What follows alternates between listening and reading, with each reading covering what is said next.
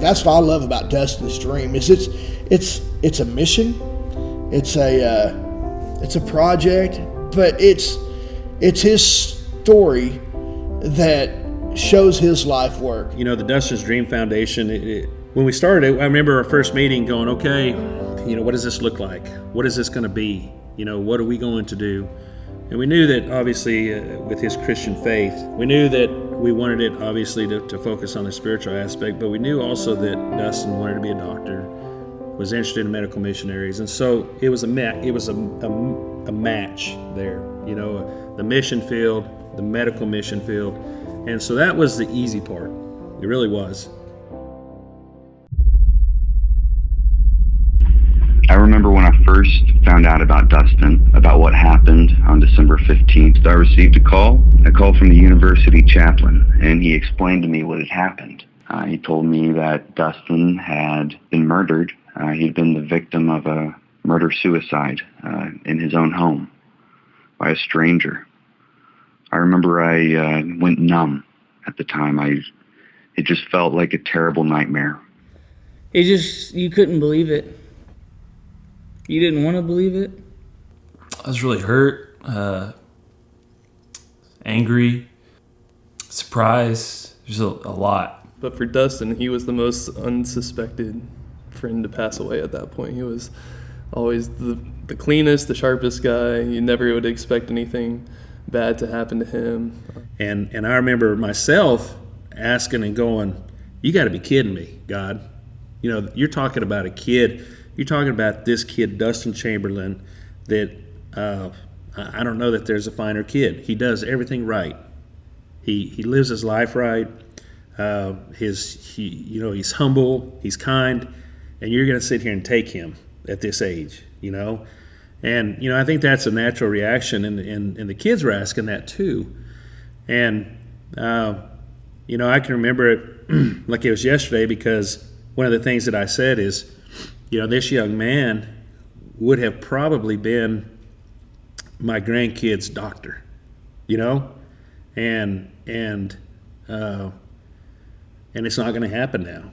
When Dustin was a senior, you got guys in there that were freshmen and sophomores. Every one of those boys and every one of those coaches were impacted by this news. I think he inspired everyone, not just as a friend, but everyone around him. And I know he impacted everyone's lives. Obviously, he had a big enough impact on me because I got the tattoo. And he had this written in his Bible, and it says, because I love God with all my heart, don't want to give him anything less than my best. He always made you strive to be a better person every day. Just looking at the way he lived his life and how he treated everyone, and it just inspired you to want to live like that and want to be more like him. And he's just a really good role model for everyone, I think. But that's just one of the things, like, it didn't matter who you were, how old you were, Dustin loved you, cared for you, and would do anything to, help you be successful in life and, strive to know Christ and, spread his love and his story to everybody. One thing you would definitely notice is his smile. He always was smiling, and he had a big smile. He was just a passionate kid, and that passion was driven by his love and his desire to serve Christ. Dustin was always really close to family, close to mom, dad, and sister. I remember that. Close to his grandparents. His faith was real. It was real to him. It was real in his life. Even at such a young age, you knew that his faith was extremely important to him. Something that was different about Dustin was he was really the only person I knew in high school that really strove for excellence in everything. Whether that was his spiritual life, his grades, his work on the basketball court, everything that he did, he wanted to work extremely hard at it and be as good as he could be at it. Self-motivation that he had was incredible, and you don't see that every day. It's a really neat thing about Dustin.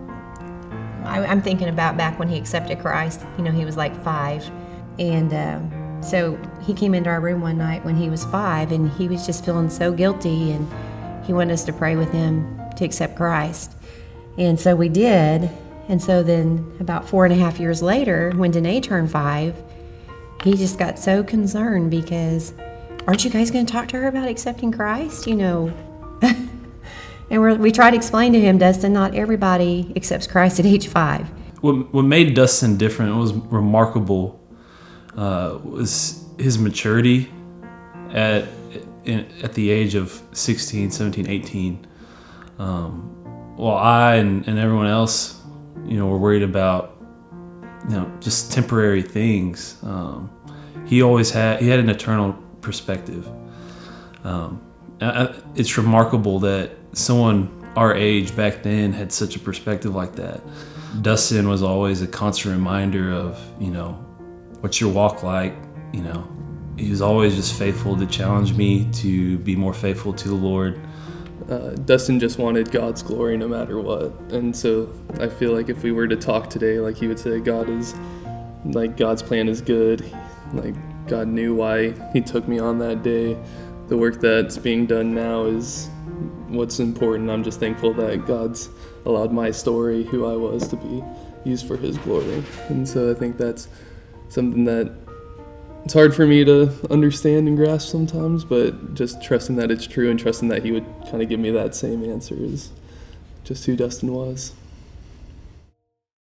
After Dustin died, we immediately got into counseling at the JBU Care Clinic, and one of the books that our counselor had suggested that we read, it had a section in there about one of the things you can do to help with is to keep their memory alive, and to help your healing is to do something positive in their memory. And so I guess I just started focusing, and Dawn, we both kind of just started thinking about all the things that Dustin had wanted to do with his life.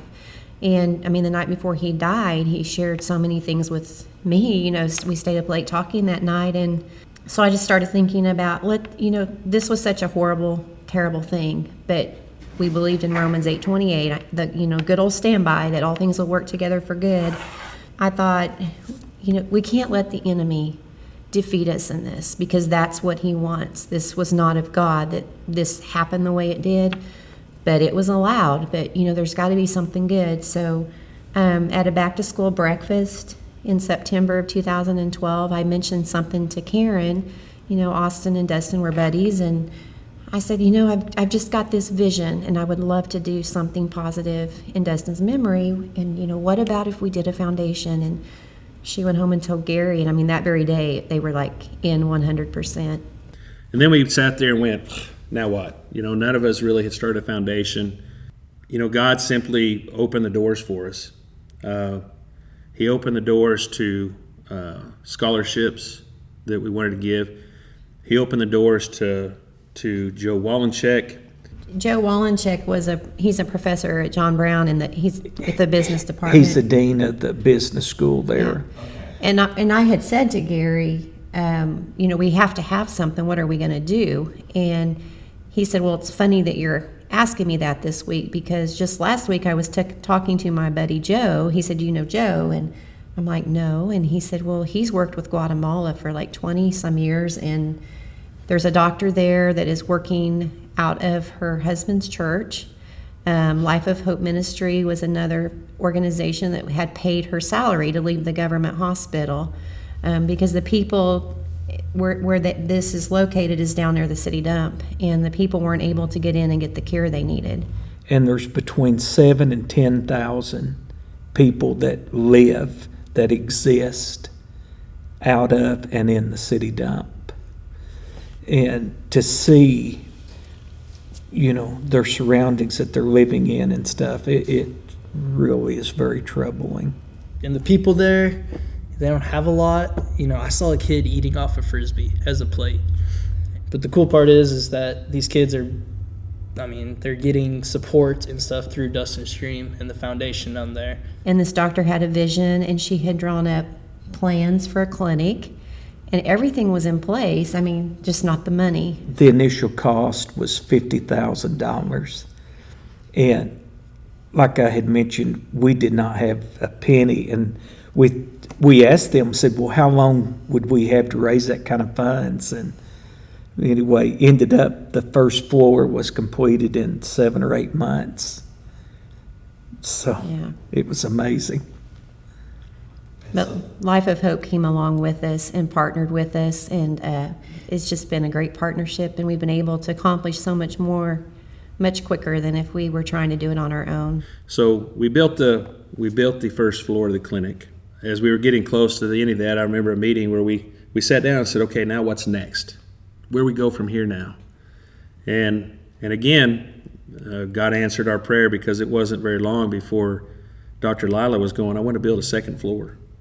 Yeah, it again was going to be another $50,000. And so with Life of Hope, we each, split that cost. And I went down in March of this last year. It was just incredible, the difference in just from 2014 to 2016.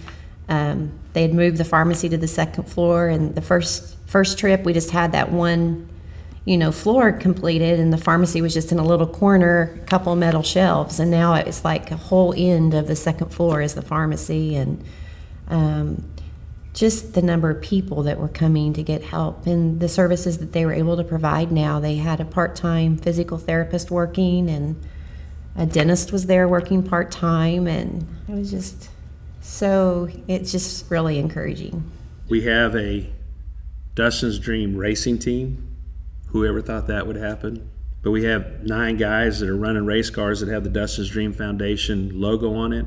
I started messaging with Gary Comiskey and just kind of, saying, hey, would it offend them if I represented them? Dustin's life was, the ripples going out from that. I'd like to think that our race team is one of the ripples, and I'm proud to be a part of it.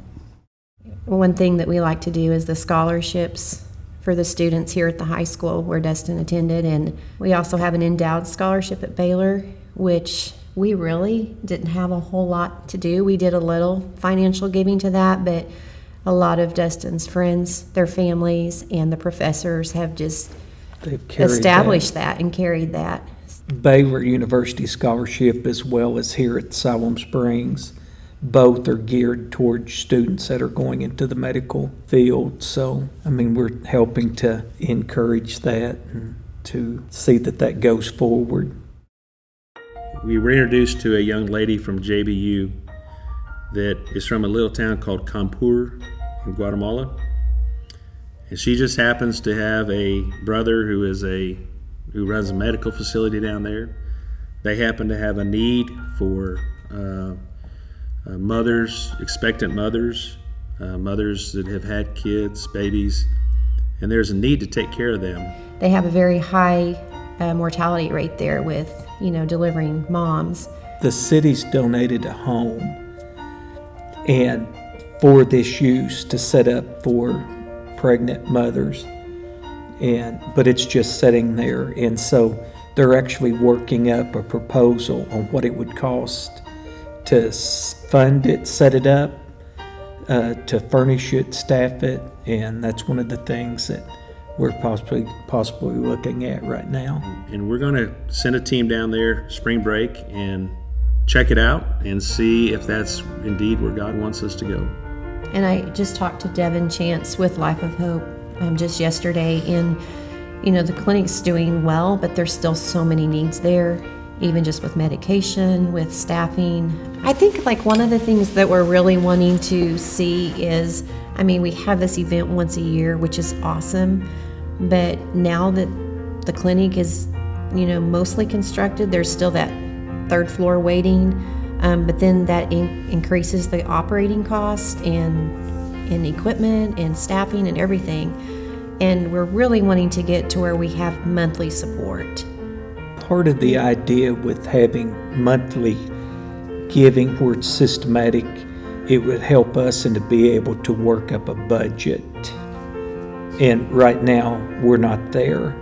I'm just, first of all, I'm so grateful to the community that's come on board and helped support, because every year when we've done the Heavenly Birthday event, every year it's just increased the amount of support that has come in.